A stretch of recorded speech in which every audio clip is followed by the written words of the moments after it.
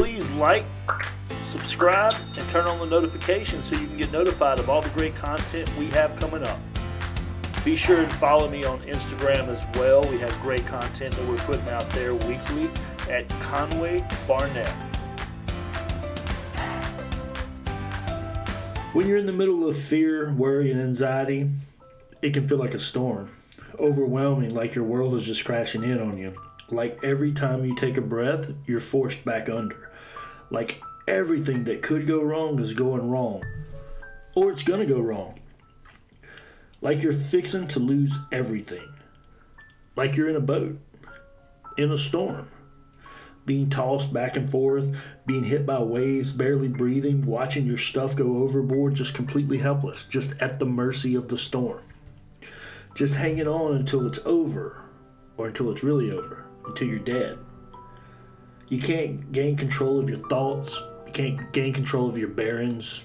All you can do is focus on what's happening. Sometimes we ask why me, why this, why now, why am I in this situation? Sometimes we ask how did this happen? How could this happen to me? Really, how could this happen to me? How did it even come to this? We get mad. Fear always leads to anger. If you ever meet someone who's very angry all the time, they're pretty much afraid. That's fear. Fear and anger go together.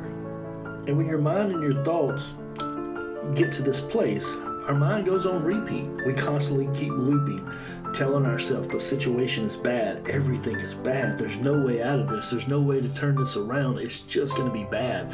We might have little moments to where we can tell ourselves, yeah, it's going to be okay, but it seems like the loop always comes back and catches us. But what if there was a way out of this? In the middle of the storm, in the middle of everything else, waves crashing, wind blowing, just water in your face, rolling back and forth, feeling queasy in your stomach. What about in the middle of all of that? Is there a way out? If you heard me speak before, you know I'm going to say it's Jesus. It's always Jesus. But how? How is it Jesus in this? How many times have you prayed in the midst of the storm? Really? How many times have it all been going through everything else and you prayed? I know I've personally been through incredible storm after storm after storm, and all I did was pray, because that's all I had. All I had left was prayer. I didn't know what else to do. So how? If it's Jesus, how? Well, I'm glad you asked. Let me tell you a story.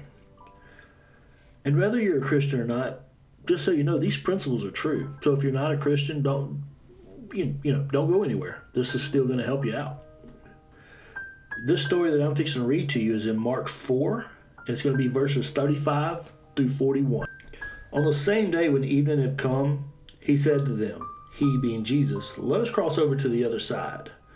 Now when they had left the multitude, they took him along in the boat as he was, and other boats were alongside with him. And a great windstorm arose, and the waves beat on the boat so that it was already filling. But he was in the stern, asleep on a pillow. And they woke him up and said, Teacher, do you not care that we're perishing? Then he arose, rebuked the wind, and said to the sea, Peace, be still. And the wind ceased, and there was a great calm. But he said to them, Why are you so fearful? How is it that you have no faith? And they feared exceedingly, and said to one another, Who can this be, that even the wind and the sea obey him? In this story, we see Jesus is sleeping in the storm. So let's put this in context. The disciples left everything to follow Jesus. So all they had at that time was on that boat. They were a traveling ministry team, backpacking through the Middle East. They've gotten to the place where they depend on Jesus for every single thing: food, shelter, knowledge, direction, what to do, what to say. I mean, Jesus pretty much became 100% the source. It was even Jesus that led them out into the storm. And they were at a place in the storm where they really, really, really needed Jesus. They needed him to show up and show out. And the boat was sinking and waves were crashing over, and they were being rocked back and forth. Stuff was going overboard, I'm sure. Panic has set in, but Jesus is sleeping on a pillow. The boat is sinking. How is he even sleeping? The boat had to be rocking uncontrollably. and Jesus is asleep? The commotion didn't wake him up at all? I mean, he had to be such a hard sleeper that the boat was sinking and it didn't even wake him up. I'm sure some of us has felt like Jesus was sleeping when our lives were in turmoil. Like when we're fixing to lose everything, he's just sleeping. When we get overwhelmed by life, he's just taking a nap. When we're sick, he's sleeping. When money don't meet the end of the month, he's taking a nap. When our kids are not acting right and we just put all of our trust in him to take care of our babies, he's just asleep during that. When we need him the most in our life, drowning, and we're fixing to lose everything, Jesus decides to sleep. But watch what happens in Mark 4:38. The disciples ask, "Do you not care that we're dying?" Well, actually, they probably ask it more like, "Do you not care that we're dying? Hey, Jesus, storm going on out here. You're taking a nap. Do you not care? Do you not see it? Can you not feel it? Do you not feel the commotions? Hey, Jesus, we're dying, man. Don't you care? Like, hey, I need you to care." So let's unpack that one line real quick. First off, Jesus, do you not care? I mean, you see us, right? Are you too busy sleeping that you don't care? In a panic and worry, the first thing we normally do is we assume motives and make up untrue scenarios in our mind. Jesus absolutely cares. He came to die because he cares that much. He absolutely cares what happens to the disciples. He sowed his entire ministry into them.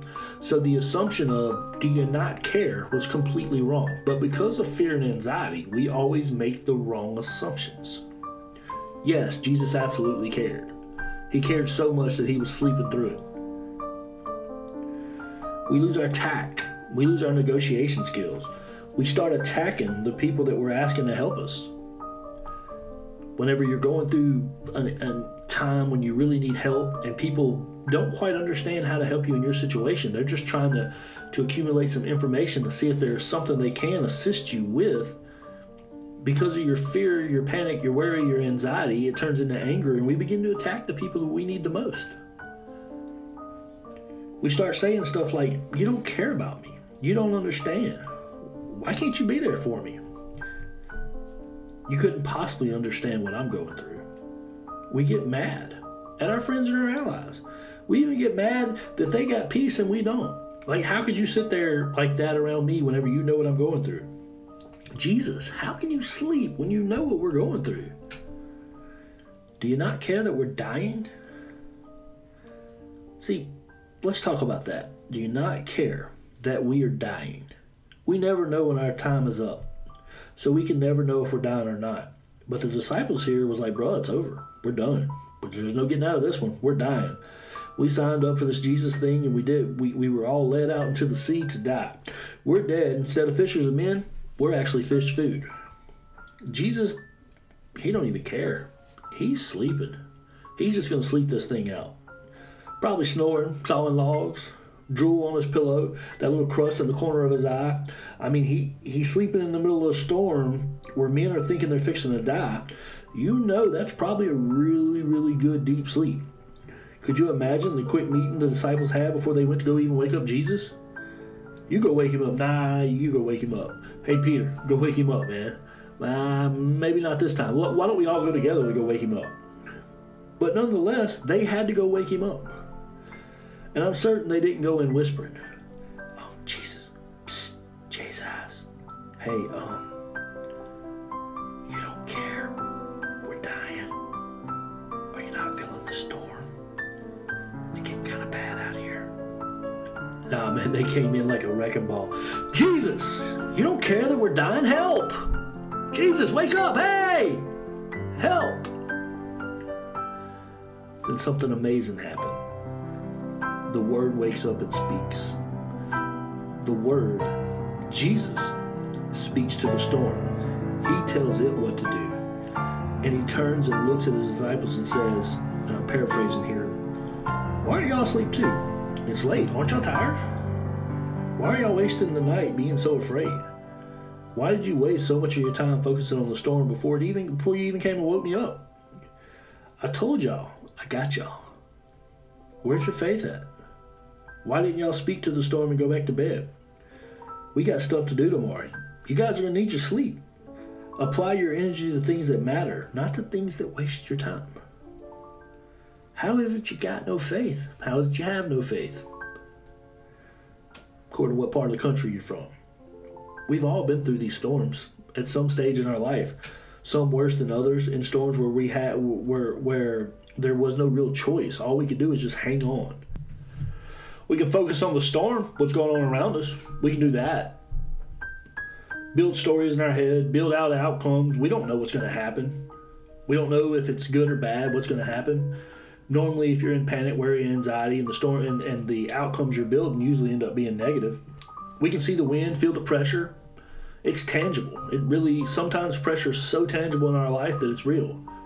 It's not really a game of words. It really is. There's real pressure being applied. We can feel the waves hitting our face and focus. We can be affected in our breathing. We can focus on all of that, or we can focus on the source that's made us promises, who can do all things but lie. He can't come back on his promises. And in the middle of a storm, we have to speak to our storm. Tell it to be calm. Tell it to go away and go back to sleep. When the bills are due and you're panicking, you're not making the situation better. Panic doesn't make it better. When the spouse is leaving or it's always a fight, you're not making it better by thinking the worst case scenarios, by projecting things that aren't really happening, by getting angry, by arguing back. But when you have faith in the one who's made promises to you, and you speak to the storm to go, be calm, you begin to get this peace that begins to surpass all understanding. A peace that you don't even realize why you have. You start seeing fear as a lie, because fear is a lie. Anxiety doesn't really have a part in your life. You can walk with Jesus, like Jesus, and in Jesus, because all things are possible for those that believe. So speak to your storm. Whenever it's so heavy, when it's there and you think you're fixing to die, get up and speak to your storm with faith. You tell it to go away. You tell it, peace be still. And don't have faith for things that you don't have control over. Don't have faith for the worst case scenario. Don't go to, do you care? We're dying. Because he does care. And a word of faith is more powerful than a word of fear. He does care. He went to the cross for you. You don't have to ask him, does he care? And in that situation, you have a choice. You can speak fear and let that happen, or you can speak faith and watch that happen.